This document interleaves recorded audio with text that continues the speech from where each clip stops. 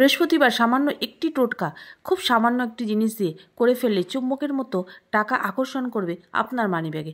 কি সেই টোটকা জানতে অবশ্যই এই চ্যানেলটিকে সাবস্ক্রাইব করুন, পাশে থাকা বন্ধুকে শেয়ার করুন, কমেন্ট করতে কিন্তু কেউ ভুলবেন না। অবশ্যই মনে রাখবেন পাশে থাকা বেল আইকনটি অবশ্যই ক্লিক করে রাখবেন, যাতে করে আমার দেওয়া প্রত্যেকটি ভিডিও সবার আগে আপনার কাছে পৌঁছায় আর আপনি সেই ভিডিওটা দেখে উপকৃত হতে পারেন। তো চলুন জেনে নেওয়া যাক আজকের টোটকা। বৃহস্পতিবার সকালবেলায় স্নান করে তুলসী গাছে হলুদ জল দেওয়ার পরে একটি মঞ্জুরি আপনি তুলে নিন।